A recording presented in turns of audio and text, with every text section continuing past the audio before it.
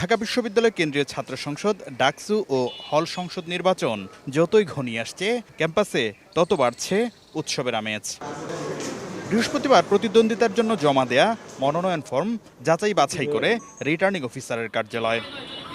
এদিন মধুর ক্যান্টিনে সংবাদ সম্মেলন করে DUCSU for change panel VP পদপ্রার্থী বিন ইয়ামিন মোল্লা বলেন, ব্যালট পেপারে ছবি না থাকায় ভোটাররা বিভ্রান্ত হবেন, তাই প্রার্থীদের ছবিযুক্ত ব্যালটের দাবি তার।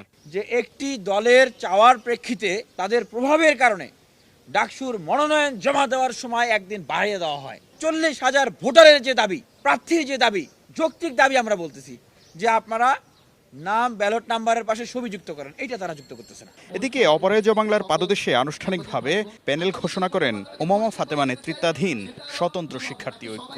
19 সালের নির্বাচনে তাদের হয়তো ওই সুযোগটা ছিল না, এবার কিন্তু ওই সুযোগটা আছে।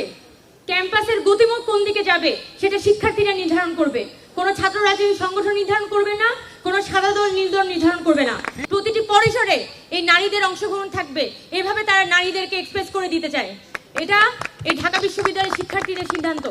দুপুরের পর মধুর ক্যান্টিনে সংবাদ সম্মেলন করে জাতীয়তাবাদী ছাত্রদল। নির্বাচিত হলে গণরুম ও গেস্টরুম প্রথার কবর রচনা সহ নানা অপসংস্কৃতি উচ্ছেদের প্রতিশ্রুতি দেন ছাত্রদল সমর্থিত ভিপি পদপ্রার্থী আবিদুল ইসলাম খান। যে জিনিসগুলো আমাদের ইশতেহারে আসতে যাচ্ছে, গণরুম গেস্টরুম কালচার চিরতরে এই ঢাকা বিশ্ববিদ্যালয়ের মাটি থেকে মূলোৎপাটন করা হবে।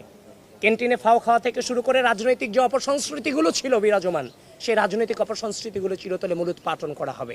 তবে পূর্ব ঘোষিত 7টি বিষয় নিশ্চিত করেই মনোনয়নপত্র যাচাই বাছাই চলছে বলে জানিয়ে চিফ রিটার্নিং অফিসার বলেন, পক্ষপাতিত্বের সুযোগ নেই। আমরা সম্পূর্ণ নিউট্রাল পজিশন থেকে সার্ভিসটা দেওয়ার চেষ্টা করতেছি ছাত্রছাত্রীদের জন্য। আমরা কোনো দল, পক্ষ, কোনো গ্রুপ সেটা আমরা এখানে বসে কোনোভাবে রিকগনাইজ করি নাই। আমরা রিকগনাইজ করেছি সে বৈধ ছাত্র কিনা।